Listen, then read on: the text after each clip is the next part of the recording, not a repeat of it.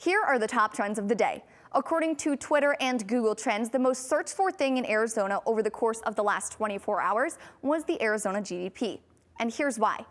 The Arizona Republican Party Twitter retweeted a tweet from Ollie Alexander, who works for the Stop the Steal organization, which plans protests against the 2020 election. He tweeted, "I'm willing to give my life for this fight."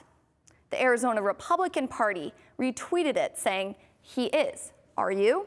Now, this received a lot of controversy online, as some people think that that is not something that should be tweeted off of a party's Twitter page. And so there were a lot of different responses to this. Like I said, it was trending, so a lot of people involved in this conversation here. Carmine Sabia says, Arizona GOP is correct. This is a fight for our democracy. If the Democrats get away with this, with the help of the media, they are unstoppable. Now, on the other side of the spectrum, we also have Grant Stern, who said, "Dear Arizona GOP, I wish you could step back from the ledge, my friend. You could cut ties with all the lies that you've been living in."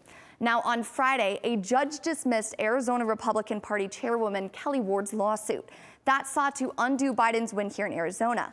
The judge said that the Ward failed to prove fraud on Friday. Ward filed an appeal with the Arizona Supreme Court, and no evidence of voter fraud or election fraud has emerged during this election season in Arizona.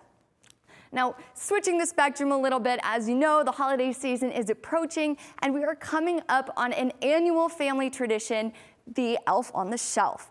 The one rule that every family knows about the elf on the shelf is that you cannot touch the elf because it will lose its magic. So here's a family, even though you can't touch the elf, it still doesn't stop kids from wanting to try and see where the elf is going. So you can see the elf running across the room here and coming up to the security camera and covering up with a blanket so the kids can't see. The Phoenix Police Department has a new friend. She moves around on her own. We don't pick where she goes. She picks where she goes, and she has a team that follows her and does pictures.